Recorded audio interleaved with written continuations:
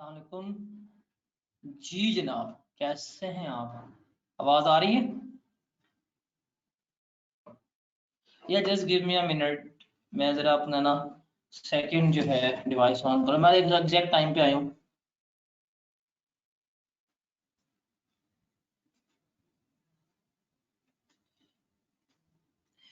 देखें, एक जिंदगी में ना एक मुझे बहुत मशहूर एक इंसान ने एक बात कही थी। उसने कहा था, जिक्र हुआ मेरा हर पल हर फसाने में, क्या हुआ तो थोड़ी देर हुई मुझे आने में। तो खैर इतना चलता रहता है।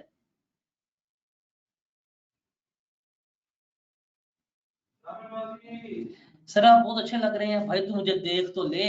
अभी तो मैंने अपना चेहरा दिखाया ही नहीं है।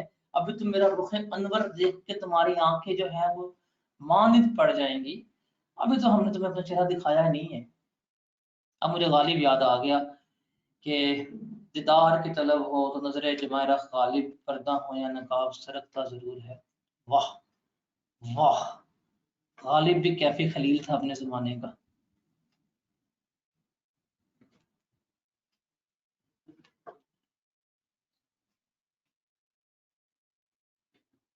चलें जी, बस मुझे 1 मिनट दें, मैं अपना माइक और कैमरा सेट कर लूं। मुझे मेरे कैमरे की तार नहीं मिल रही। कैमरा भी ना फजूल चीज है। और सुनाएं, कैसे हैं आप लोग? कैसे हैं आप लोग? सर मैन्युफैक्चर और प्रोड्यूसर वाली डेफिनेशन याद करनी है नहीं। उनको सुबह दोपहर शाम खाना खाने से पहले, खाना खाने के बाद देखना है, उनको चूमना है। उनका तवीज लगा के गले में पहन के फिरना है, धुमाले डाल के तक बारों के। मम्मा तेन हले कल दसिया कि याद करनी है। फिर यार Mir Taqi Mir is a so low kind of person. मैं नहीं किसी मीर तकी मीर को जानता। सर पांच पेपर चैप्टर एंड पे करवाएंगे? नहीं, साथ साथ ही करेंगे। अभी जो डेफिनेशंस भी, चूंकि पांच पेपर क्वेश्चंस ऐसा है नहीं, सो दैट्स व्हाई अभी मैं करवा नहीं रहा। और अभी जब हम प्रोविजंस पे मूव करेंगे, फिर जैसे जैसे जिस जिस चीज के थ्योरेटिकल पांच पेपर क्वेश्चन साथ साथ होंगे, वो हम साथ साथ करेंगे। और फिर जब हम सारे प्रोविजंस करने के बाद फिर हम सेल्स टेस्ट के न्यूमेरिकल करेंगे, तो फिर हम लेके चलेंगे। सर ग्रुप के मैसेजेस मोड ऑफ क्यों करा हुआ है? और करा हुआ नहीं होता और किया हुआ होता है। हमारी उर्दू का बेड़ा गलत करने वालों, करा हुआ होता है। अस्तगफिरुल्लाह। बस कैमरे की तार, कैमरा काम नहीं कर रहा, माशाल्लाह।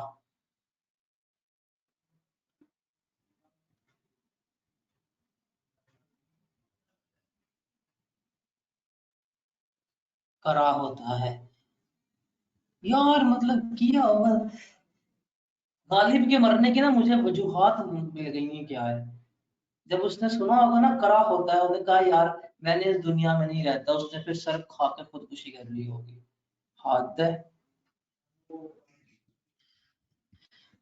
सर कैमरे के बगैर हम नहीं पढ़ सकते। यार तो अगर अपना नाम ठीक कर लेगा तो मैं कैमरे के साथ पढ़ा दूंगा। चलें यार हम शुरू करें। टाइम क्या हो गया है? हमारे पास कितना टाइम बचा हुआ है? 5 मिनट है। चले कोई 5 मिनट तक क्वेश्चंस वगैरह है, आप कर ले मेरे साथ। फिर मैं एग्जैक्ट 5:30 के ऊपर अपना नेक्स्ट कंसेप्ट स्टार्ट करूंगा। दैट इज क्या था, मैं भूल गया हूँ। वाह, मुझे शॉर्ट टर्म मेमोरी लॉस हो गया, मेरी डिमेंशिया हो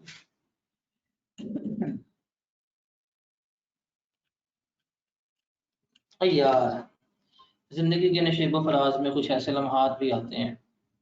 लेकिन आज मुझे बड़ा दुख हुआ यार, कि पता नहीं कौन था फेक बंदा उठ के जो है वो उसने कहा अरे ये है वो है।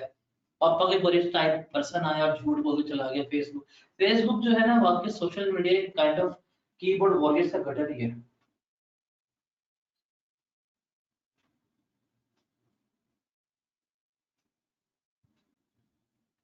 जिसका दिल करता है वो जो आता है सब झूठ बोल के चला जाता है।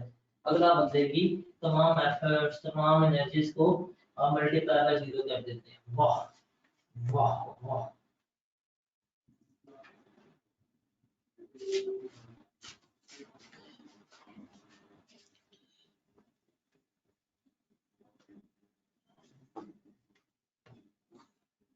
यार वीडियोस का मैं 1140 दफा बता चुका हूँ। देखिए जो चीज मेरे कंट्रोल में है वो मैं कह रहा हूँ।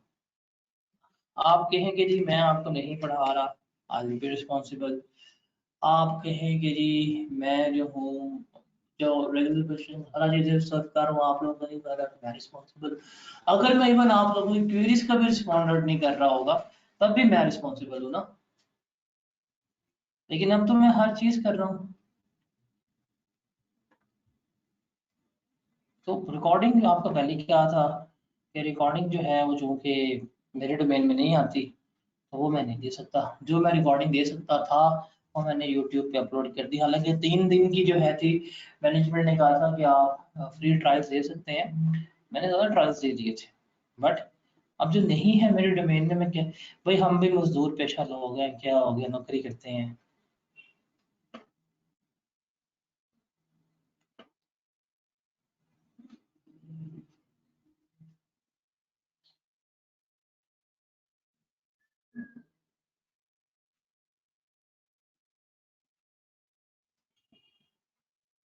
सर कॉटेज इंडस्ट्री को क्या एक्सपेक्टेशन और एक्सपेक्टेशंस नहीं होता, एडवांटेजेस हैं, मिलते हैं।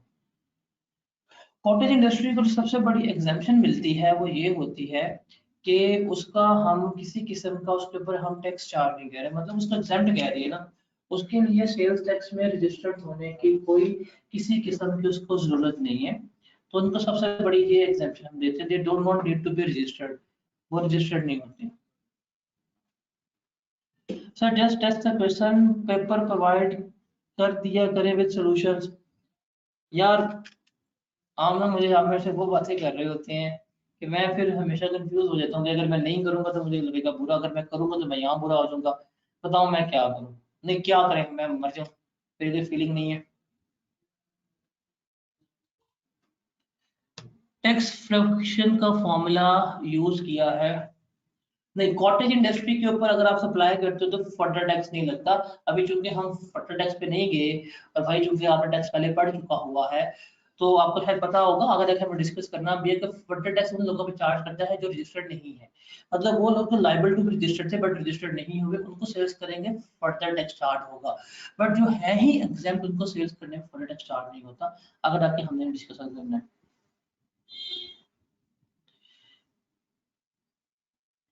जी जनाब, और कोई सवाल है तो बताएं। Tax fraud. सर आपकी आवाज बहुत स्लो है भाई, मेरा जिंदगी स्लो है। सर जो टेस्ट सैटरडे को सेल टैक्स रेफिशन का है वो सैटरडे को ही स्केड्यूल है या मंडे को होगा? वो सैटरडे को ही स्केड्यूल है, वो मंडे को नहीं होगा। टेस्ट के ऊपर नो कॉम्प्रोमाइज। सेल्स टैक्स की डेफिनेशन हमारी खत्म हो गई है आज।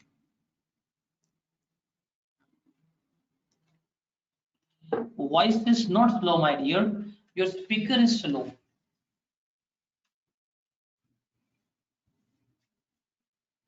आप अपना स्पीकर तेज करें। मेरी आवाज सबको क्लियर आ रही है? मुझे एक दफा बता दें। ई intermediary is just like some kind of software. वो जो है क्या है, एक मिनट, मेरा लैपटॉप ही नहीं काम कर रहा।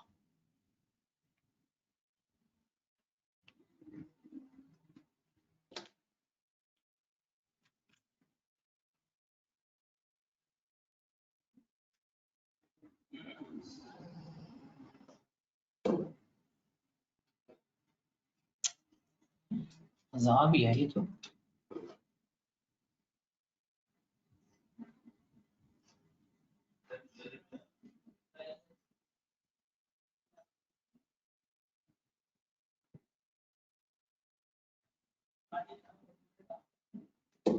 चलें जी, स्टार्ट करते हैं।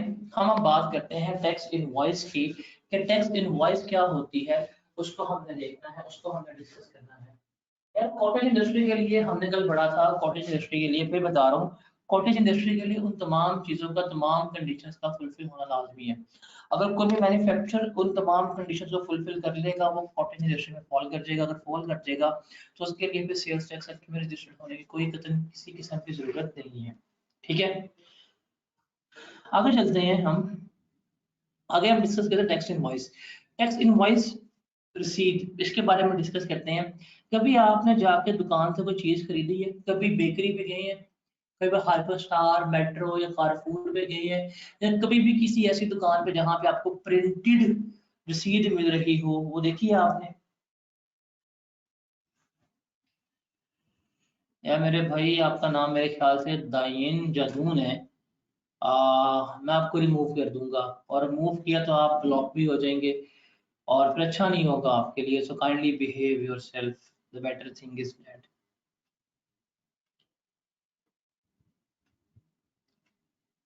कभी भी आपने जब आप बेकरी वगैरह में सामान लेते हैं तो आपको एक इलेक्ट्रॉनिक इनवॉइस जो है वो कंप्यूटर पे जनरेट होके मिल रही होती है। कभी गौर किया आपने?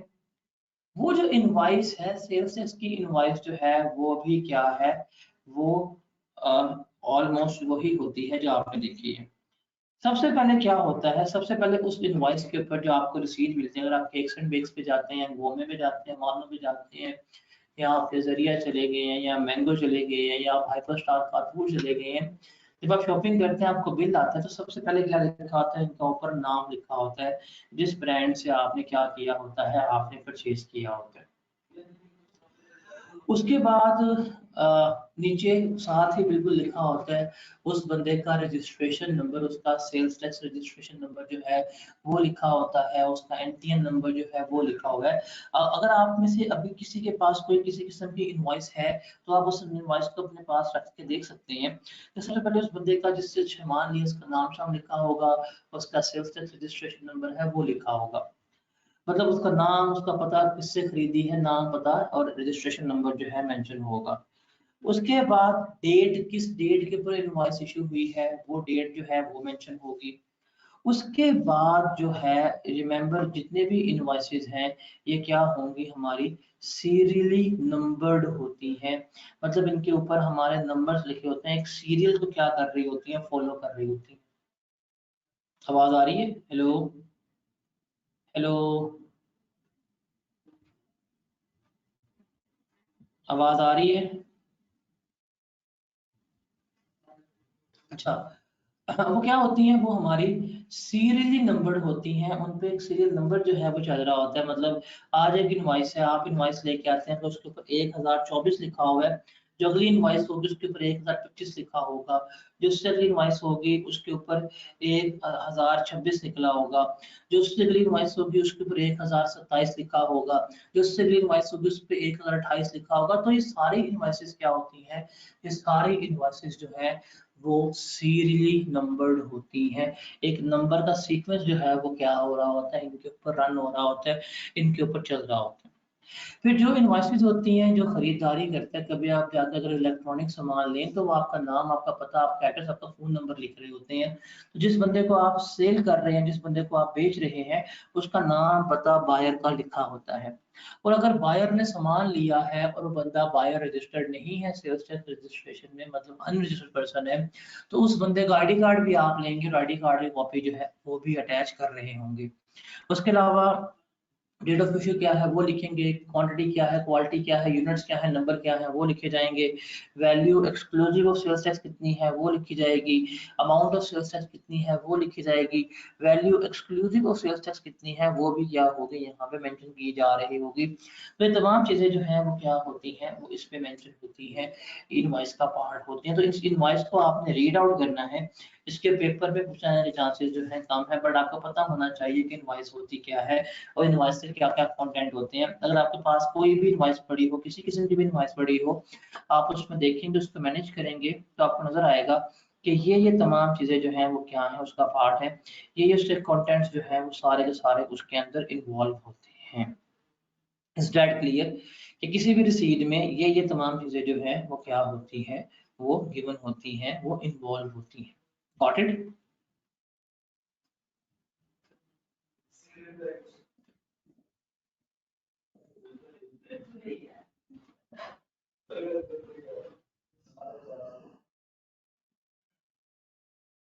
उसके बाद हम चलते हैं, हम आगे बात करते हैं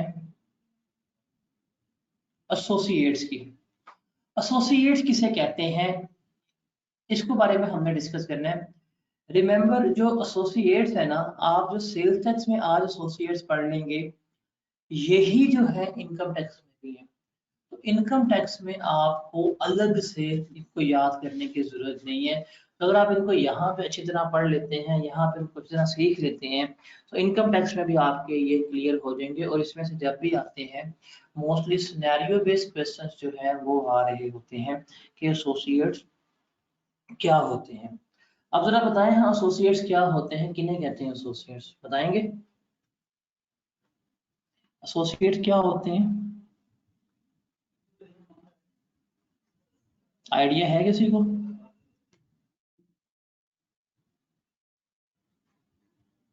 partners, okay. Parent subsidiary, okay. Abdul Moiz company में पढ़ता है। Partners, associate are just partner, person who mutually share profit, जानने वाले, होल्डिंग कंपनी, पार्टनर, एक दूसरे के रिलेटिव वो भी इसमें होते हैं, जो म्यूचुअली प्रॉफिट शेयर कर रहे हैं, रिश्तेदार, सेलर, बायर, ओके। और और बताएं एसोसिएट्स क्या होते हैं, एनीवन? लिंक्ड पर्सन, आपस में दो बंदे, रिलेटिव, मियाँ बीवी। वाह, बड़ी तू चुन के एग्जांपल लेके आया ना, मियाँ बीवी। बस ये कर ले, अच्छा रहेगा जल्दी। वरना जब तक तू सीए करके जाएगा ना, उस वक्त तो उसके बच्चों का मामू कहलाएगा। एग्जाम्पल चेक करें फौरन कहाँ पे ले जाते हैं।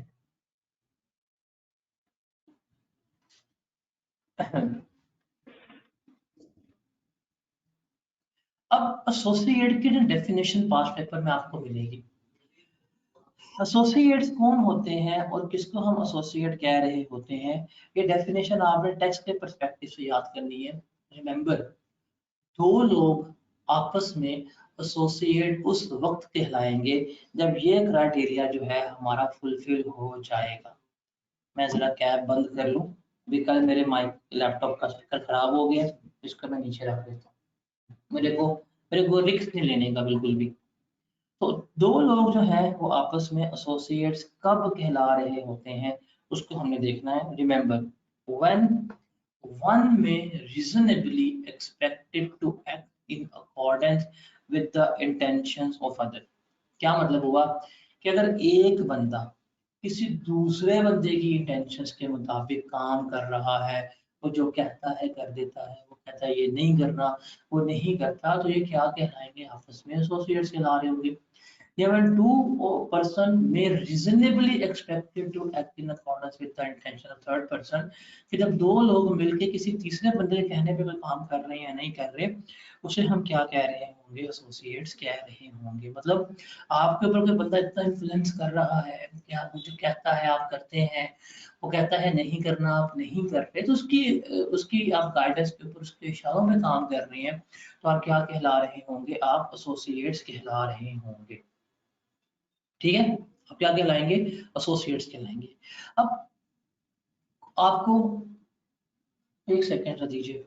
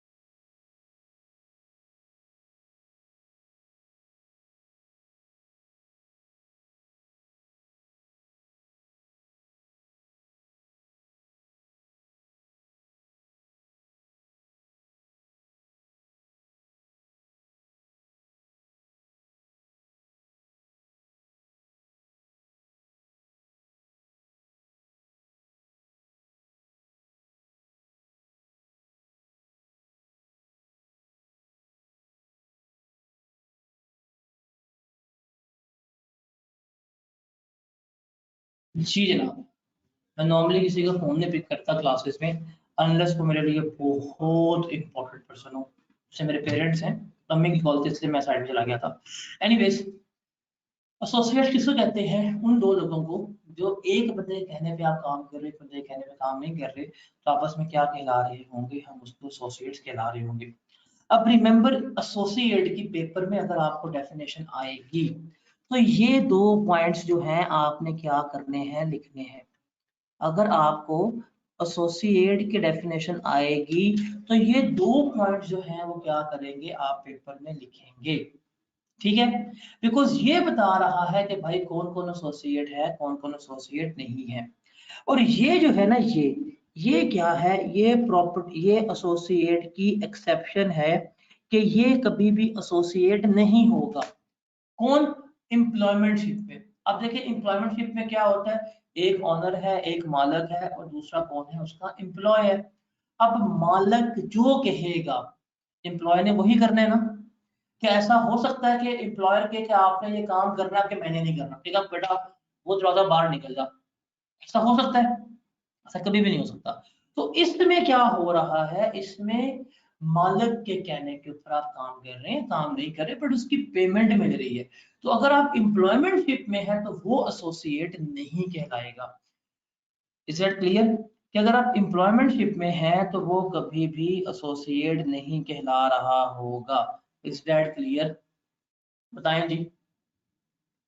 अगर आप एम्प्लॉयमेंटशिप में हैं तो वो एसोसिएट में नहीं कहला रहा होगा। ये सबको क्लियर है? अब सवाल ये है, फिर ये नहीं है तो कौन एसोसिएट होगा? अब आपके माइंड में क्वेश्चन आ रहा है और मैं सामने तो क्वेश्चन पढ़ भी रहा हूं, अगर ये नहीं है तो कौन एसोसिएट होगा? क्योंकि हमें तो ये लग रहा है ना पता कि एक बंदा कह रहा है उसके कहने पे काम कर रहे हो, कहने पे काम नहीं कर रहे, तो हमें तो ये लग रहा है पता कि एसोसिएट है। तो हमने साथ ही कहते कि जो नौकरी कर रहे हैं वो एसोसिएट नहीं है, तो फिर एसोसिएट कौन होगा? तो रिमेंबर एसोसिएट की जो लिस्ट है वो हमारे पास ये है कि ये लोग जो हैं इनको हम क्या करेंगे, एसोसिएट ट्रीट कर रहे होंगे। ये जो लोग हैं इन्हें हम क्या करेंगे, एसोसिएट ट्रीट करेंगे। ये कौन कौन से आएंगे? सबसे पहले जो इंडिविजुअल है और जो उसका रिलेटिव है आपस में, ये दोनों आपस में एसोसिएट है। अब आप दूसरा कॉमन सेंस में इसको इस्तेमाल कीजिएगा, मुझे बताइएगा। एक दुकानदार है, उस दुकानदार के पास एक कस्टमर आता है जिसको वो नहीं जानता, उसकी कस्टमर के साथ डीलिंग जो होगी दुकानदार की, वो प्योर मार्केट बेस्ड डीलिंग होगी। बताएं। और क्या वो दुकानदार उस कस्टमर से इन्फ्लुएंस होगा? बताएं जरा।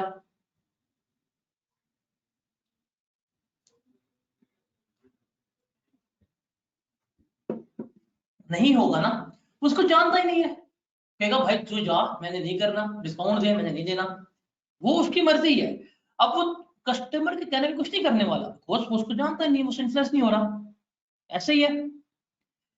लेकिन अगर उसी दुकानदार के पास उसके अब्बू जी आए, तो क्या अब वो अब्बू जी को कभी भी मार्केट बेस के ऊपर डील कर सकेगा? बताएं। नहीं। मतलब अगर मार्केट में कहता है सर कप कितने का, कहता है कप 20 रुपए का है, कस्टमर को 20 के देगा, अब्बू जी कहते हैं हाँ भाई कप दे, कितने का? 5 रुपए का, तो भाई वो बाप को 5 रुपए का काम देगा, क्यों? बिकॉज यहाँ पे बाप जो है उसको इन्फ्लुएंस कर रहा होगा। ऐसा है कि नहीं?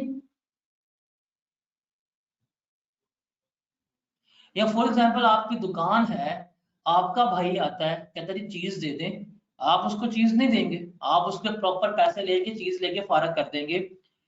लेकिन अगर आप शादीशुदा हैं और आपकी बेगम है, उनके भाई जी आते हैं आपके पास दुकान पे, तो वो भाई जान कहलाएंगे। देखिए अपना भाई भाई होता है और उनका भाई जब होता है वो भाई जान होता है।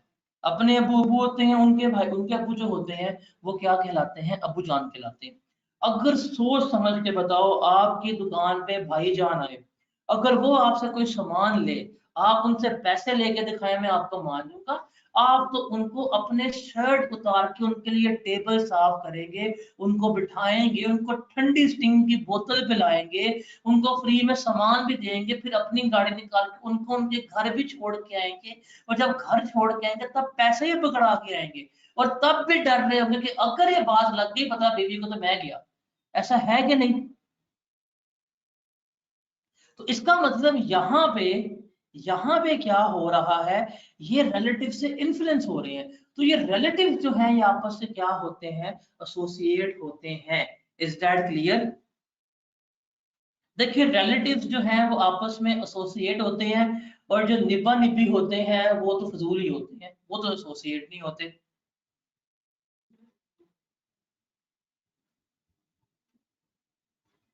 मतलब ऐसा पॉसिबल ही नहीं है कि जी आपके रिलेटिव्स हैं, रिलेटिव्स को अगर आप सामान बेचना चाहें आप उनको मार्केट बेस पे बेचेंगे, नहीं, आप लाजमी है आप उनको डिस्काउंट देंगे। अगर मार्केट की चीज जो है वो लाख रुपए में बेच रहे हैं, बाप सगा आएगा उससे कभी लाख रुपए नहीं लेंगे, भाई से कभी लाख रुपए नहीं लेंगे, बेगम से कभी लाख रुपए नहीं लेंगे, बेगम की फैमिली से कभी भी लाख नहीं ले रहे होंगे। तो ये आपस में क्या है, एसोसिएट्स कहला रहे होते हैं। Is that clear? उसके बाद जो एसोसिएशन ऑफ पर्सन है, जो एओपी है, जो फर्म है, उसके मेंबर्स भी क्या है, आपस में एसोसिएट्स हैं। बिजनेस लॉ पढ़ा होगा, आप जानते होंगे कि एक मेंबर जो है वो अपने डिसीजन से दूसरे मेंबर को बाउंड कर रहा होता है, और हर एक मेंबर दूसरे के मेंबर से बाउंडेड है। जो एक मेंबर बात कह देगा बाकियों को भी बात माननी पड़ेगी, तो ये भी आपस में क्या होते हैं, एसोसिएट्स होते हैं। उसके अलावा कोई भी मेंबर, एक मेंबर और एक पूरी पार्टनरशिप फर्म, कोई भी एक मेंबर और पूरी पार्टनरशिप फर्म आपस में एसोसिएट हो सकती है जब एक मेंबर के 50% से ज्यादा शेयर होल्डिंग हो। इसको ध्यान से सुनिएगा। एक तीन पार्टनर है फर्म के, ए, बी और सी। इसमें से पार्टनर ए जो है, पार्टनर ए वो 60% का मालिक है, और पार्टनर बी जो है वो 20% का मालिक है, पार्टनर सी जो है वो 20% का मालिक है। अब खुद बताओ, पार्टनर ए के पास 60% की शेयर होल्डिंग है, वो 60% का मालिक है, क्या ये जो बात कहेगा वो ये फर्म बात नहीं मानेगी? खुद बताए।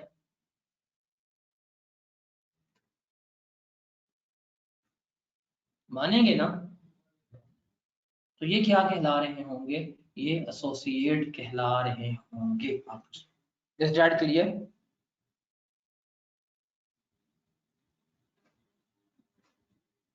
अब यहाँ पे रिलेटिव्स की बात हुई थी, तो रिलेटिव्स जो हैं वो हमारे यहाँ पे एक्सप्लेन्ड है, कौन कौन होते हैं। एंसेस्टर, जो आपके बाप दादा दादी, जो डिसेंडेंट हैं, औलादे हैं, उनके जो बेटे वगैरह होते हैं, ग्रैंड पेरेंट्स वगैरह के, वो आपके रिलेटिव्स हैं। अडॉप्टेड चाइल्ड जो है आपका, वो भी रिलेटिव होता है। फिर जो स्पाउस होता है वो आपका रिलेटिव है। जो स्पाउस के ये दादा दादी वगैरह होते हैं, भाई बहन वगैरह होते हैं, ये सारे क्या होते हैं, आपके रिलेटिव्स कंसिडर हो रहे होते हैं। ठीक है।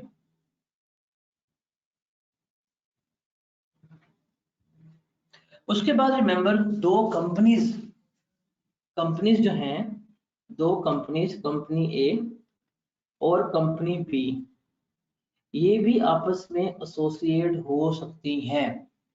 ये आपस में एसोसिएट कब हो सकती हैं, जब एक कंपनी, मतलब अगर कंपनी ए के कंपनी बी के पास 50% से ज्यादा शेयर्स हैं, या कंपनी ए के पास कंपनी बी के 50% से ज्यादा वोटिंग राइट्स हैं, या कंपनी ए के पास कंपनी बी के 50% से ज्यादा राइट टू अपॉइंट बोर्ड है, इसका मतलब भाई वो मेजोरिटी शेयर होल्डर है, तो ये एसोसिएट्स है, ये कंपनी है, उसे जो कहेगी वो क्या करनी पड़ेगी, उसको माननी पड़ेगी। उसके अलावा एक कंपनी और एक एओपी भी आपस में एसोसिएट हो सकती है। मतलब अगर एक कंपनी है और एक कंपनी ए किसी A B C partnership firm का 50% से ज्यादा का अगर शेयर होल्ड कर रही है, तो ये भी क्या कहलाएंगे, आपस में एसोसिएट कहला रहे होंगे। तो ये चीजें जो हैं वो क्या होती हैं, हमारे एसोसिएट्स का पार्ट बन रही होती है। अब एसोसिएट्स क्यों अहम है? बिकॉज जब भी आप एसोसिएट्स को चीजें सेल कर रहे होते हैं ना, तो आप इनको मार्केट बेस पे सेल नहीं करते, बल्कि आप इनको मार्केट से कम रेट पे सेल कर रहे होते हैं। तो दैट्स वाई हमें पता होना चाहिए कि जो आपने सेल की चीजें बेची हैं वो मार्केट रेट के ऊपर है कि वो मार्केट से कम रेट के ऊपर है, इसलिए हमें इसका पता होना चाहिए। तो ये सारी बातें हमारी एसोसिएट्स की। अब एसोसिएट्स में से आपको कंसेप्चुअली क्वेश्चन आएगा, वो क्या देगा कि बताएं कि दो कंपनीज आपस में एसोसिएट कब नहीं होती, वो ये पूछेगा आपसे। आपकी कई दो कंपनीज आपस में एसोसिएट उस वक्त नहीं होती जब उनकी शेयर होल्डिंग जो है 50% से कम हो। वो पूछ लेगा बताएं एक एओपी और एक कंपनी आपस में एसोसिएट कब होती है, तो आपको रूल लिखना पड़ेगा। तो इस तरह से जो हमने ये पॉइंट डिस्कस किए हैं, इनको क्या कर रहा होता है, वो पूछ रहा होता है। So that was all about the associate, जो हमने क्या किया है यहाँ पे डिस्कस कर लिया है। Is that clear?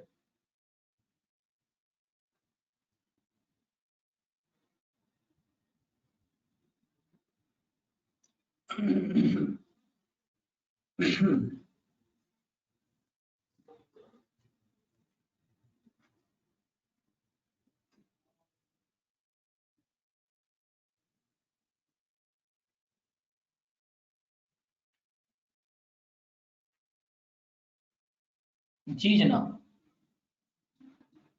और भाई रिलेटिव आपस में एसोसिएट होते हैं, क्या हो गया रेलेवेंट नहीं है? मतलब मैं पिछले 15 मिनट से कह रहा हूँ रिलेटिव जो है आपस में एसोसिएट होते हैं, तो कह रहा है वो रेलेवेंट नहीं होते। वाह, पूरी रात रोते रहे, सुबह उठ के पूछते मरा कौन था।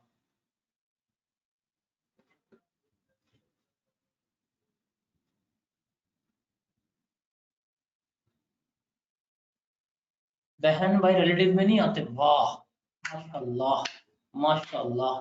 नहीं बहन भाई यार, मतलब अभी बताया, लिखा हुआ बताया कि बहन भाई जो है वो रिलेटिव है, लेकिन नहीं, अपनी अपनी डिनर की मस्ती चल रही है इन लोगों की।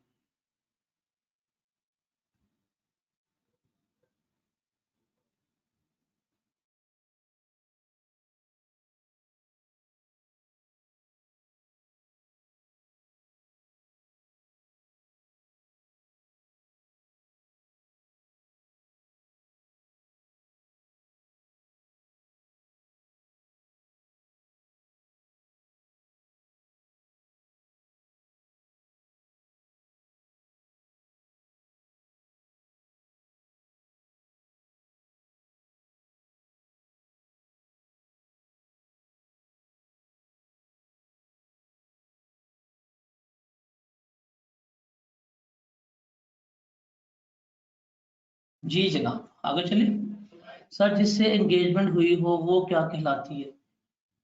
मैं तुझे वो जवाब दूं ना,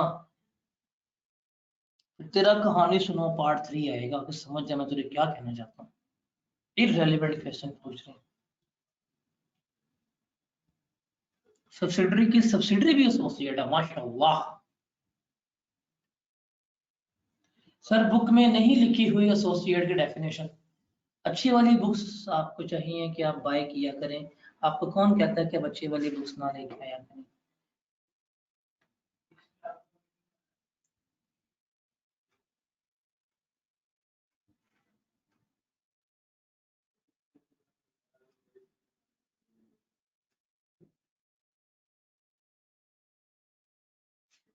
आईकेप की बुक में एसोसिएट की डेफिनेशन गिवन है। आईकेप की बुक में एसोसिएट की डेफिनेशन आपको इनकम टैक्स में मिलेगी, आपको सेल्स टैक्स में मिलेगी, चैप्टर नंबर 17 में मिलेगी आपको एसोसिएट की डेफिनेशन। चलें जी, आगे चलते हैं। आगे हमारे पास जो टॉपिक है उसको हम डिस्कस करते हैं।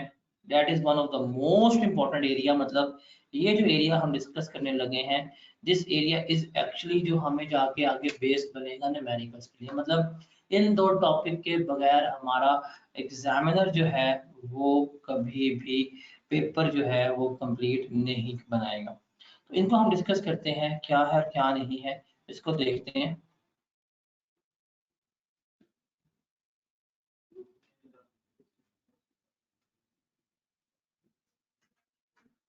एक सेकंड, ये हैंग हो गया।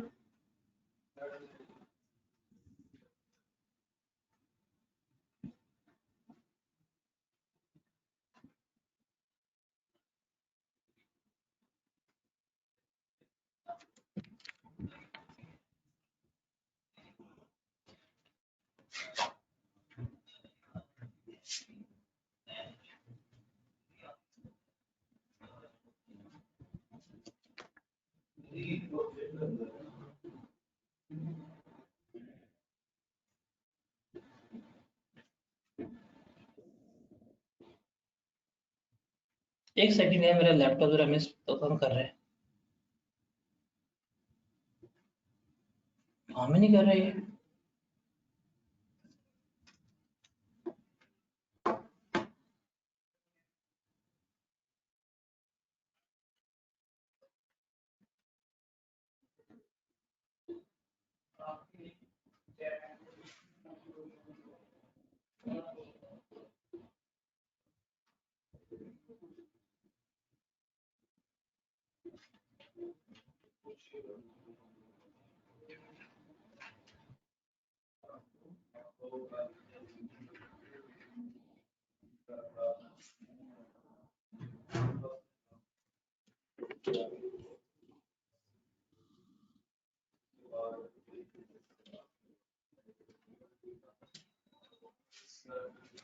क्या मसला है यार?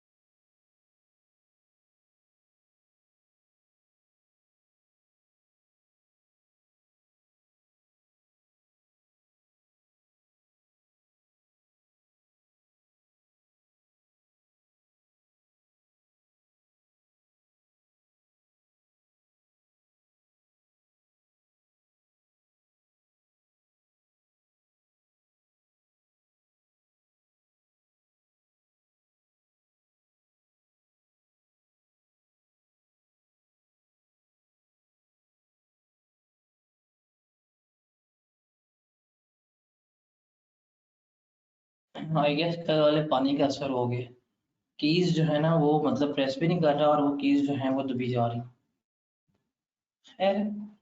तो कहते हैं ना जिंदगी में शेबो फराज में जैसे लम्हात भी आते हैं, वैसा कोई साल हो।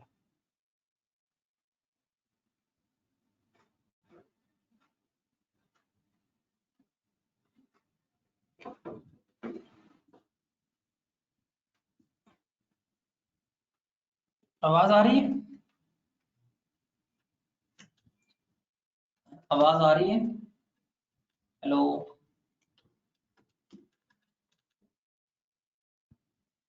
आवाज आ रही है? एक मिनट में व्हाट्सएप पे चेक करता हूँ।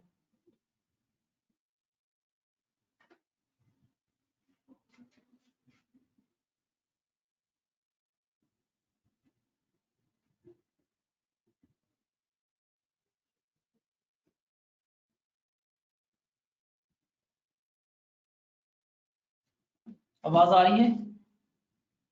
चलें जी, ठीक है, मेरे ख्याल से आवाज आ रही है। आगे चलते हैं, आगे स्टार्ट करते हैं, आगे इसको लेके चलते हैं। अब हम डिस्कस करते हैं आगे। दो हमारे पास इंपॉर्टेंट एरिया है, हमारे पास दो कंसेप्ट जो है वो सुपर इंपॉर्टेंट है। एक है वैल्यू ऑफ सप्लाई, एक है टाइम ऑफ सप्लाई का। इन दो कंसेप्ट, इन दो एरिया के बगैर हमारा कभी भी एग्जामिनर जो है वो सेल्स टैक्स कंप्लीट नहीं करेगा। मतलब ये वो एरिया है जिसमें से एग्जामिनर भाई साहब ने हर हालत में क्या करना है, पूछना ही पूछना है। और जो हमारे न्यूमेरिकल्स हैं उनकी बेस जो है, उनकी बुनियाद भी है क्या है, ये दो एरियाज बन रहे होंगे। तो इम्पोर्टेंट तरीन एरिया अगर आप कह सकते हैं वो ये है कि वैल्यू ऑफ सप्लाई क्या होता है और टाइम ऑफ सप्लाई क्या होता है। पहले हम डिस्कस करते हैं टाइम ऑफ सप्लाई को, फिर हम चलते हैं वैल्यू सप्लाई को, वहां जाकर डिस्कस करते हैं। टाइम ऑफ सप्लाई जो है वो थोड़ा कंपैरेटिवली इजी है। फिर वो क्या कर उसके बाद हम क्या करेंगे, उसके बाद हम फिर वैल्यू ऑफ सप्लाई जो है वो डिस्कस आउट कर रहे होंगे। तो हम चलते हैं, अभी हम कहाँ गए हैं, टाइम ऑफ सप्लाई पे चलते हैं।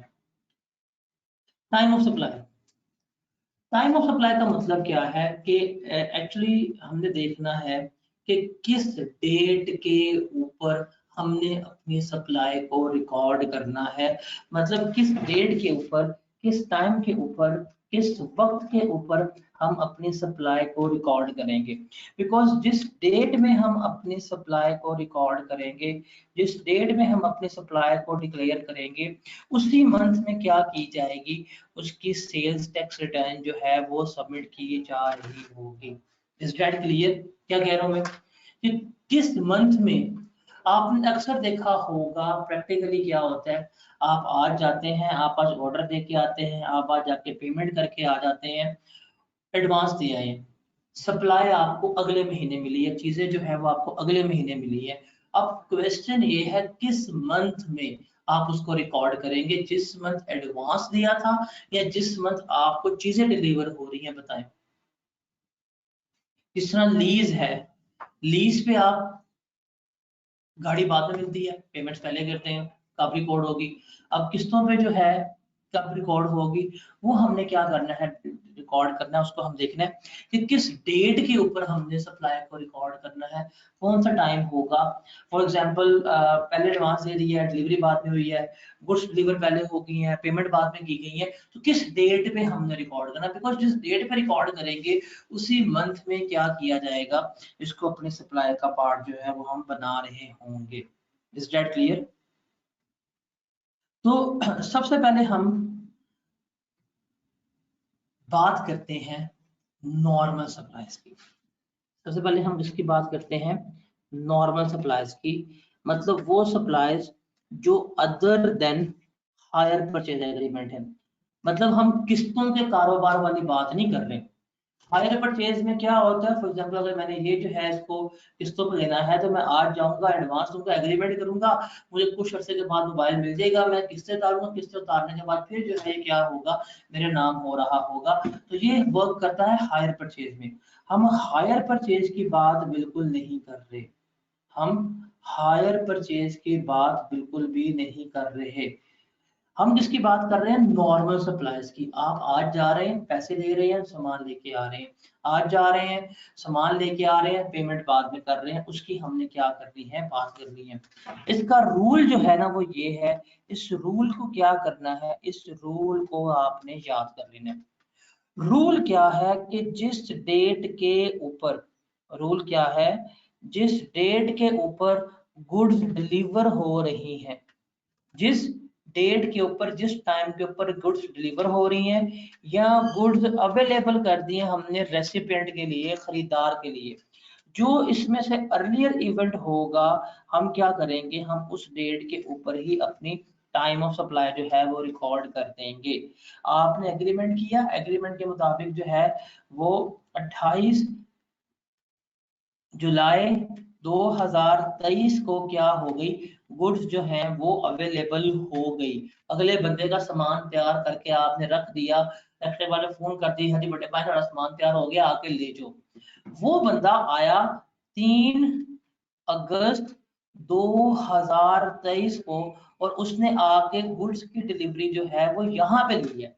अब मुझे बताएं, अवेलेबल आपने 28 जुलाई को कर दी है, डिलीवरी जो है वो आपकी 3 अगस्त को हो रही है, तो बताएं किस डेट के ऊपर आप इसको सप्लाई रिकॉर्ड करेंगे? बताएंगे किस डेट के ऊपर? जिस डेट पे जो इनमें से अर्लियर है। अब अर्ली मतलब अवेलेबल पहले हो चुकी थी, तुम बाद में आए हो, तुमने लेट डिलीवरी उठाई है, वो तुम्हारा मसला है, हमारा मसला तो नहीं है ना। हम क्या करेंगे? हम उस डेट के ऊपर इसको अपनी सप्लाई रिकॉर्ड कर लेंगे। Is that clear? सबको क्लियर है ये? इसका मतलब ये जो हम एडवांस देते हैं, एडवांस देते हैं, गुड्स बाद में डिलीवर होती हैं, रिमेंबर एडवांस का कोई ट्रीटमेंट नहीं होगा। एडवांस जो है वो टैक्सेबल नहीं होगा, एडवांस का हम कोई ट्रीटमेंट नहीं ले रहे होंगे। Got it? इसको रीड आउट कर लें, फिर बताएं, हम आगे चलते हैं।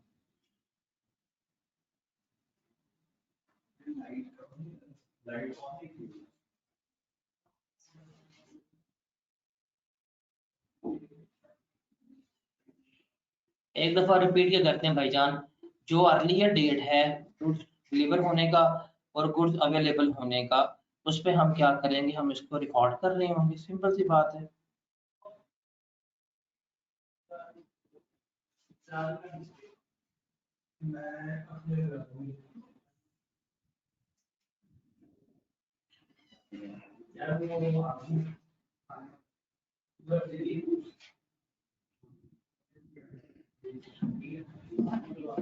अब हम आगे चलते हैं, आगे बात करते हैं हायर परचेज की। हायर परचेज कहते हैं हम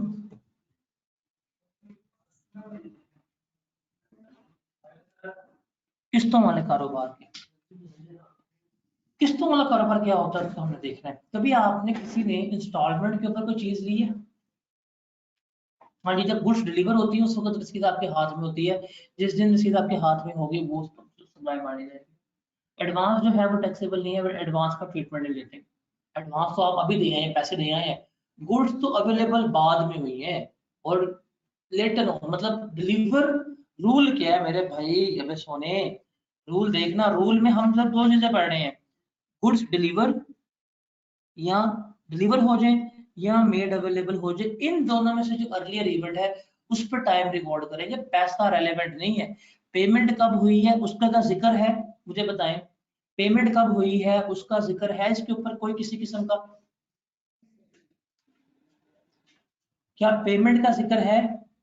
जिक्र दो बातों का है, या तो अवेलेबल हो गई है या डिलीवर हो गई है। जो इसमें से अर्लियर इवेंट है हम उस पर क्या करेंगे? अपने सप्लायर को रिकॉर्ड कर लेंगे। Got it?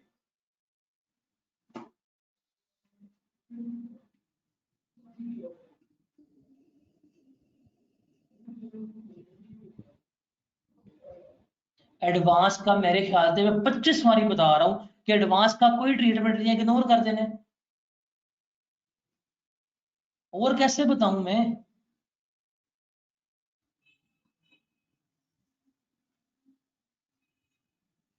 एडवांस का ट्रीटमेंट ही नहीं है। एडवांस क्या होता है मुझे बताएं। अब होना क्या आप लोगों के साथ मैं आपको बताता हूँ, इस चीज को ध्यान से सुनिएगा। आपके पास होंगे पास्ट पेपर्स, पास्ट पेपर्स में आप उनको टैली कर रहे होंगे जो सॉल्यूशंस हैं उनसे, मतलब एसोसिएट्स वाले क्वेश्चंस की बात करता हूँ, जिसमें सीमा एसोसिएट, समाज एसोसिएट, एमएच एसोसिएट्स, मुलाकात एसोसिएट्स, फैज एसोसिएट्स, ये सवाल है पास्ट पेपर के। इन पास्ट पेपर के सवालों में उसने एडवांस दिया होगा और सॉल्यूशन में एडवांस का ट्रीटमेंट भी किया होगा। अब आप लोग क्या करते हैं, आप उसको टैली करने बैठते हैं सॉल्यूशन से।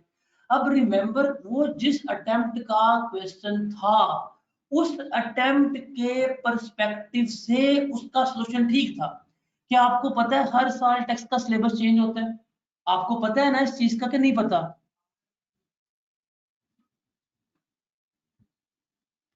आपको पता है इस चीज का? बता दो अल्लाह के बंदो, पता है ना? अब एज पर न्यू रूल्स जो आज हमारे लिए एप्लीकेबल है, इन रूल्स के मुताबिक अगर आपने एडवांस पे किया है, एडवांस का कोई ट्रीटमेंट नहीं होगा। अगर आप एडवांस पे करके आए हैं तो एडवांस बिल्कुल इग्नोर हो जाएगा। इस पॉइंट को खुदा के लिए प्लीज लिख ले, नोट डाउन कर लो।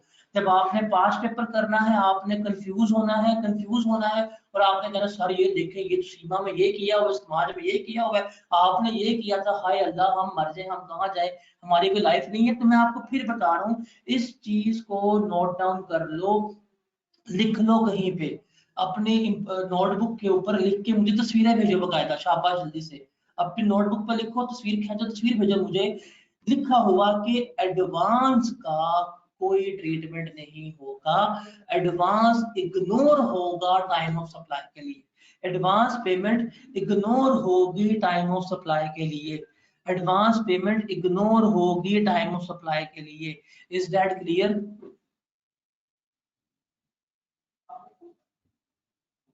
याद हो गया? सबको समझ आ गई है? हमने क्या देखना है, दो बातें।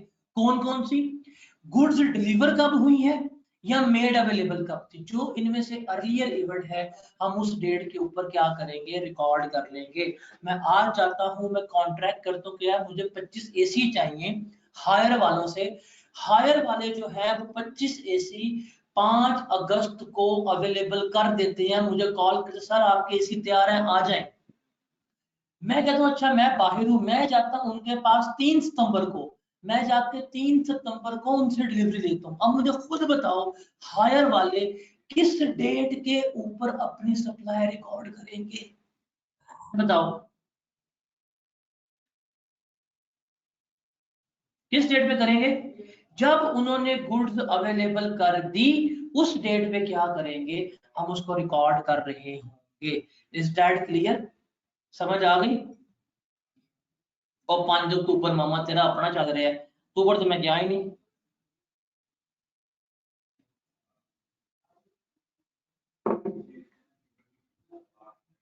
अब हम बात करते हैं किस्तों के कारोबार की। इसको जरा ध्यान से सुनिएगा। ये पेपर में नहीं आया, ये पेपर में आने के चांसेस ज्यादा हैं। कभी आपने किस्तों के ऊपर कोई चीज ली है, किस्तों के ऊपर कोई चीज खरीदी है? अब उसमें प्रैक्टिकली देखें क्या हो रहा है जब किस्तों पे सामान लेके आते हैं। फॉर एग्जाम्पल आपने अगर आज ये माउस जो है इंस्टॉलमेंट पे लेना, आप क्या करेंगे, आप जाएंगे उसके पास, आप उसको एडवांस पे करेंगे, आपका कॉन्ट्रैक्ट साइन होगा, ऐसे ही है। आप आज के डेट पे जाएंगे, आप उसको एडवांस पे करेंगे, आपको वो कॉन्ट्रैक्ट साइन करेगा, गोया शोया लेगा कि उसने क्या करना है, आपको किस्तों पे चीज देनी है। फिर कुछ अरसे बाद, 2-3 दिन के बाद वो चीज को सॉर्ट करेगा, बुलाएगा, आपको कॉल कर देगा, आपकी चीज आ गई है, ऐसे ही है। अब क्या वो चीज आपकी हो गई है? अभी नहीं, आपकी तो चीज अभी नहीं हुई। आप उसकी हर मंथ इंस्टॉलमेंट पे करते जाएंगे, करते रहेंगे, करते जाएंगे। फिर जब इंस्टॉलमेंट का टाइम पूरा हो जाएगा, जब किस्तें पूरे हो जाएंगी, तो वो चीज आपके नाम कर दी जाएगी। ऐसे ही होता है। मोबाइल अगर बाइक आपने ली हो किस्तों पे, ऐसे ही होता है, बताएं।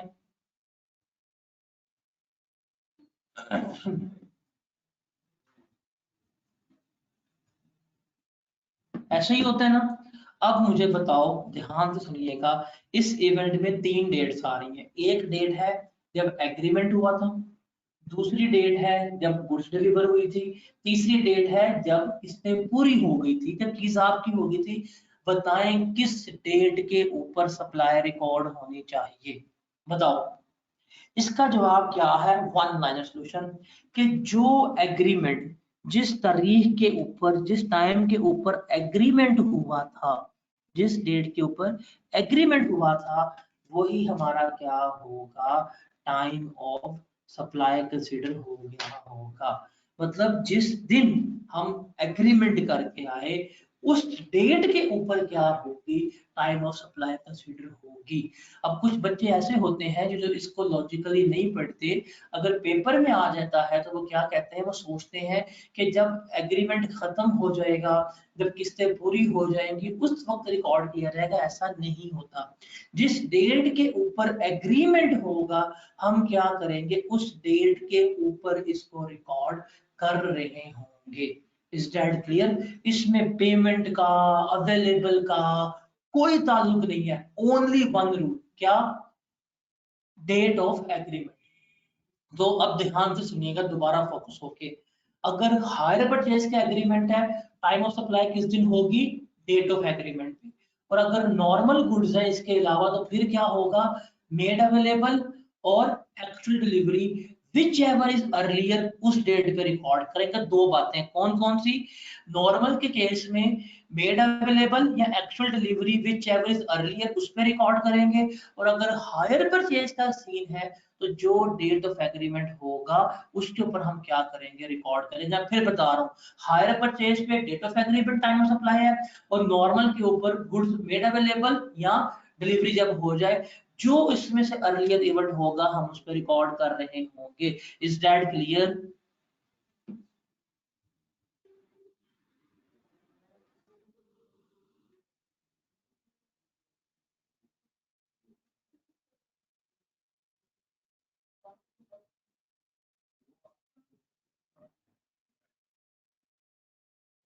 याद हो गया? भूलेगा तो नहीं? बताएं क्या बातें हैं। हायर परचेज का टाइम ऑफ सप्लाई क्या होगा, शाबाश, जल्दी से बताएं। हायर परचेज का टाइम ऑफ सप्लाई क्या होगा,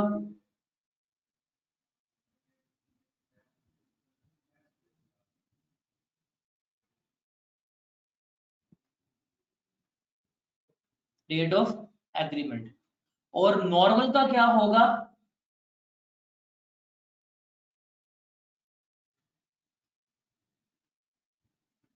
और क्या होगा नॉर्मल का, डिलीवर और made available, which ever is earlier. अब ये आपसे इंडिपेंडेंट क्वेश्चन नहीं पूछना उसने, उसने न्यूमेरिकल में एडजस्टमेंट डालनी है। आपको न्यूमेरिकल गिवन होगा, न्यूमेरिकल में कह देगा जी कि आप जो है थे, आप एग्रीमेंट करके आए फरवरी के महीने में, आपने एडवांस पे किया अप्रैल के महीने में, गुड्स जो है वो अवेलेबल हो गई मई के महीने में, डिलीवरी हुई है जून के महीने में। बताएं किस महीने में टाइम ऑफ सप्लाई रिकॉर्ड करेगा। तो इस तरह का सिनेरियो आएगा, आपने ये चीज जो है ये उस पर अप्लाई करनी है। Is that clear?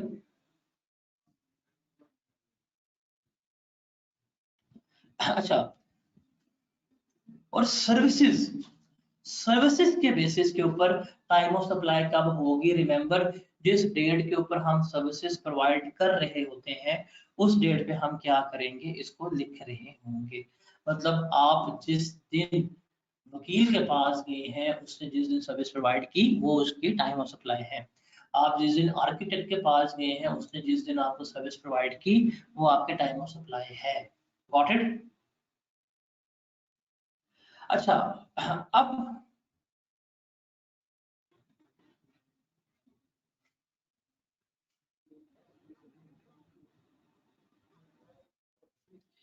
इसको जरा रीड करें। स्क्रीन के ऊपर आपको नजर आ रहा है, ये दो लाइनें लिखी हुई हैं बॉक्स में, समझ आती हैं? ये हम डिस्कस कर रहे हैं, हम ये पॉइंट डिस्कस कर रहे हैं, और हमने अभी बात की है कि ये जो है हमारा क्या कहते हैं, एडवांस, वो टैक्सेबल नहीं है।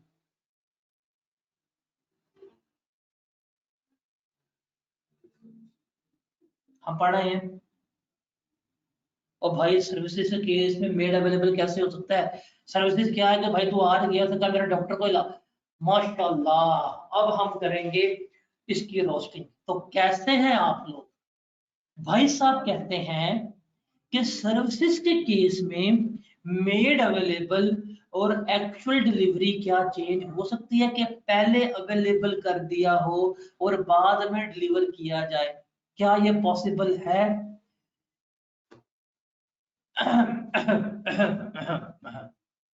It is just like that कि आप डॉक्टर के पास चले गए हैं बीमार होके, और डॉक्टर क्या करेगा, आपका उसी वक्त इलाज करेगा कि कहेगा यार नहीं अभी तो चूंकि मैं अवेलेबल तो हूं, लेकिन अभी मेरा मूड नहीं है इलाज करने का, मेरे मूड स्विंग्स हैं।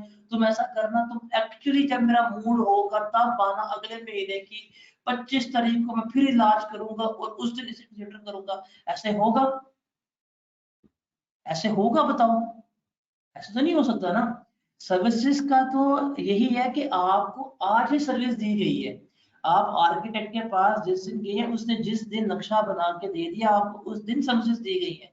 आपने हायर किया कंसल्टेंट को, आपको उसी वक्त ही क्या किया, जब जिस दिन उसने आपकी टैक्स रिटर्न जमा करवा दी उस दिन आपको सर्विस दी है। तो जिस दिन वो सर्विस प्रोवाइड कर रहा है उस डेट पे क्या करेंगे, हम उसको रिकॉर्ड कर रहे होंगे। सर्विसेज के केस में मेड अवेलेबल का और एक्चुअल डिलीवरी का सीन नहीं होता, वो हमेशा गुड्स के केस में होता है। सही है भाईजान?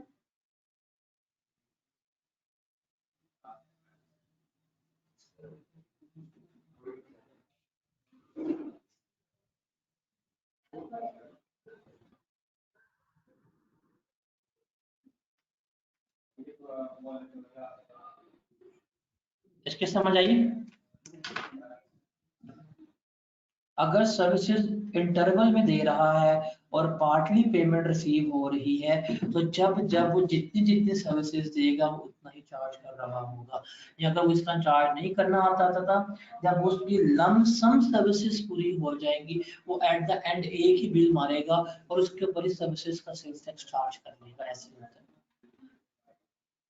सर एक बिल्डिंग बना रहे हैं, एक ठेकेदार, अच्छा ठेकेदार नहीं ठेकेदार, नया वर्ड है, एक ठेकेदार की सर्विस बिल्डिंग बनने पर होंगी या स्टार्ट होने पर, ठेकेदार जो है वो इसमें नहीं आता। आगे चले।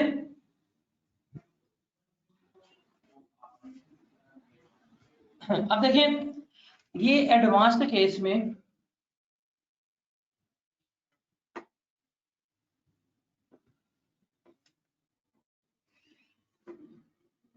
देखिए, एडवांस के केस में भी हम पढ़ के आए हैं, अभी हम देख के आए हैं। आपने 100 बैग्स ऑफ सीमेंट का कॉन्ट्रैक्ट किया है। किसका कॉन्ट्रैक्ट किया आपने? 100 बैग्स और सीमेंट का आपने कॉन्ट्रैक्ट किया है कि 100 बोरियां सीमेंट की सप्लाई करनी है। कॉन्ट्रैक्ट करके आगे आपने कॉन्ट्रैक्ट किया मार्च के महीने में। अगले ने कहा उस्ताद जी को एडवांस तो दे के जाएं। आपने क्या किया, 20,000 रुपया जो है वो आपने एडवांस पे कर दिया। कौन से महीने में? मार्च के महीने में। आपने तो कब डिलीवरी होगी? उसने कहा सर मैं आपको अप्रैल के महीने में डिलीवरी कर दूंगा। अप्रैल के महीने में आपको गुड्स जो है वो डिलीवर हुई और रिमेनिंग जो है आपने 80,000 पे कर दिया, कॉन्ट्रैक्ट खत्म हो गया। अब मुझे बताएं इन दो डेट्स में से टाइम ऑफ सप्लाई कौन सा काउंट होगा? मार्च का महीना काउंट होगा या अप्रैल का महीना काउंट होगा? शाबाश।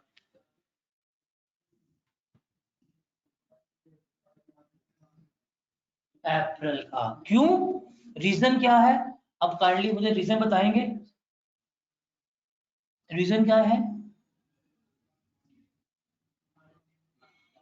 Advance ignore. शाबाश। क्योंकि एडवांस को हम इग्नोर करेंगे और गुड्स डिलीवर या मेड अवेलेबल इस पे लेंगे। Very good. अगर आपको समझ आ गया है तो बिलीव मी वेरी गुड, आप अपने आप को मतलब आप सारे अपने आप को शाबाश दे that you can do this. आपका पेपर जो है इंशाल्लाह टेक्स्ट का इस अटेम्प्ट में जो है वो पास हो जाएगा। Is that clear? क्यों भाई, समझ आ गया सबको? अच्छा, अब हम जरा बात करते हैं पार्टली गुड्स डिलीवर्ड की। अब पार्टली गुड्स डिलीवर का सीन क्या है वो देखते हैं। इस एग्जाम्पल को समझते हैं। आपने 100 बैग्स का ऑर्डर किया, अगले बंदे ने 25 बैग्स जो हैं वो आपको डिलीवर कर दिए अप्रैल के मंथ में। रिमेनिंग जो 75 बैग्स हैं वो डिलीवर कर दिए मई के मंथ में। अब बताएं हम किस तरह इसको रिकॉर्ड करेंगे, किस महीने में रिकॉर्ड करेंगे, बताएं।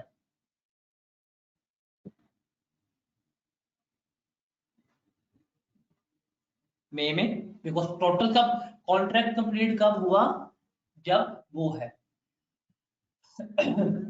जब भाई पेमेंट रेलिवेंट नहीं है। अगर तुमने पेमेंट की जिक्र किया ना तो तुम्हें आई एग्जामिनर ने ना ऐसे फट्टे पर लटाने, और जिस तरह पुलिस मारते ना, जिस तरह पुलिस मारती है उस तरह चित्रोल करनी है। भाई पेमेंट तो रेलिवेंट ही नहीं है। मैं पिछले पौने घंटे से ही तो बकवास कर रहा हूँ कि पेमेंट तो बीच में है ही नहीं हमारे। पेमेंट की रेलिवेंसी है नहीं। हम देखेंगे जब हमें गुड्स डिलीवर हो गई हैं सारी की सारी, उस महीने में हम उसको रिकॉर्ड कर रहे होंगे जब सारा रिकॉर्ड हो गया। अच्छा, इसमें फॉर एग्जांपल अगर इस महीने में अप्रैल के महीने में वो चीजें जो है थी वो एग्जेम्प्ट थी और मई के महीने में वो टैक्सेबल हो गई हैं, अब किस महीने में रिकॉर्ड करेंगे, जिस महीने में टैक्सेबल हो गई हैं।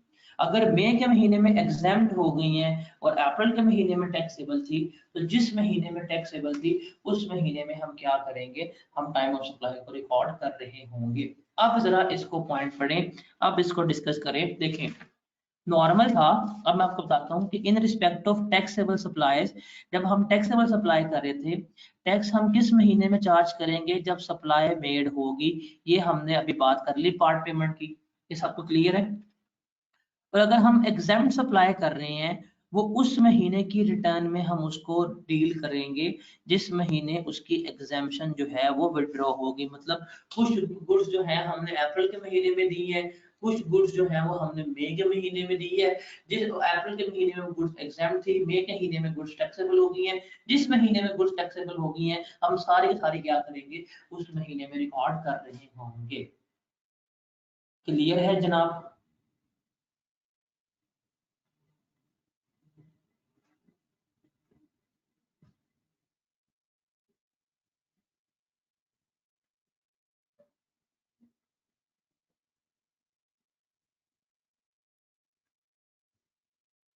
ये क्वेश्चन में लिखा, अच्छा अगर वो क्वेश्चन में लिख दे तो फिर का फायदा, वो क्वेश्चन में खुद बता देगा कि जब आप ऑर्डर दे के आए थे गुड एग्जाम थी, थोड़ी सी डिलीवर हुई तब भी एग्जाम थी, कंप्लीट कॉन्ट्रैक्ट हुआ तब टैक्सेबल। तो आपने खुद टाइम डिसाइड करना होता है। Got it?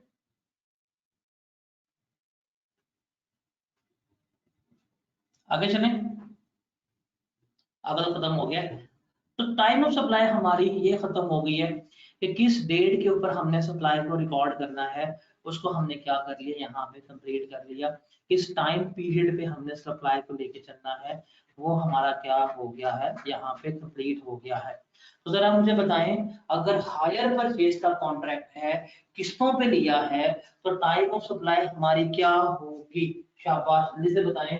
अगर हमने हायर परचेज पे सामान लिया है, अगर हमने किस्तों पे सामान लिया है, तो टाइम ऑफ सप्लाई क्या होगी? एवरीवन शाबाश, जल्दी से बताएं। टाइम ऑफ सप्लाई क्या होगी? Date of agreement. और अगर नॉर्मल सप्लाईज हैं, नॉर्मल गुड्स हैं, उसके केस में हमारी टाइम ऑफ सप्लाई क्या होगी, बताएं। अगर अदर देन हायर परचेज है, हमने बेची है, तो हमारी टाइम ऑफ सप्लाई क्या होगी? एडवांस का ट्रीटमेंट क्या होता है, जल्दी से बताएं। What is the treatment of advance in sales tax? क्या एडवांस के डेट के ऊपर टाइम सप्लाई रिकॉर्ड करेंगे? तो अगर आपको ये बातें याद हो गई हैं तो टाइम ऑफ सप्लाई आपको कंप्लीट याद हो गया है। अब इसमें आपको एग्जामिनर जो है वो कंफ्यूज नहीं कर सकता। Is that clear?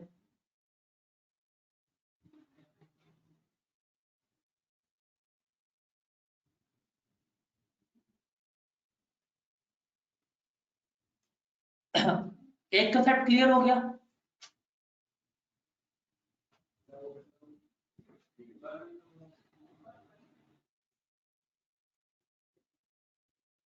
अब हम क्या करते हैं, वैल्यू ऑफ सप्लाई क्या होती है उसको हम देखते हैं। वैल्यू ऑफ सप्लाई, टाइम का लग गया पता। अब है किस वैल्यू के ऊपर, किस कीमत के ऊपर हमने रिकॉर्ड करना है, इसको हमने क्या करना है, लेके चलना है। हम इसको यहाँ पे रखते हैं, कल वैल्यू सप्लाई को हम डन करते हैं और फिर कल आगे हम प्रोविजंस के ऊपर मूव कर जाएंगे। ठीक है, और 15-20 मिनट लग जाने हैं, बट मेरी अगली क्लास है तो टाइम उसका लग जाएगा, तो मैंने 5 मिनट स्टार्ट करनी है। तो वैल्यू सप्लाई जो है कल हम यहाँ से स्टार्ट करेंगे, उसको हम लेके चल रहे होंगे। ये वैल्यू सप्लाई क्या होती है, डिस्काउंट का ट्रीटमेंट क्या होता है, किस तरह चलेगी, कल हम सारे इसके सिनेरियोस करेंगे। ये करने के बाद ये इसमें से वैल्यू ऑफ सप्लाई में से तो कंफर्म क्वेश्चन आपको आना ही आना है। मतलब न्यूमेरिकल्स में भी इसकी एडजस्टमेंट मिलती है, इंडिपेंडेंट थ्योरेटिकल क्वेश्चंस जो है वो भी आपको इसमें से मिलना ही मिलना है। तो ये हम इंशाल्लाह कल करके, कल एक तो हमारी सेल्स टैक्स डेफिनेशन सारी की सारी वाइंड अप हो जाएंगी, सारी की सारी कंप्लीट हो जाएंगी। उसके अलावा जो हमारा सेल्स टैक्स प्रोविजंस है वो भी हम क्या करेंगे, कल स्टार्ट कर देंगे। तो जी जनाब, मुश्किल तो नहीं लग रहा सेल्स टैक्स?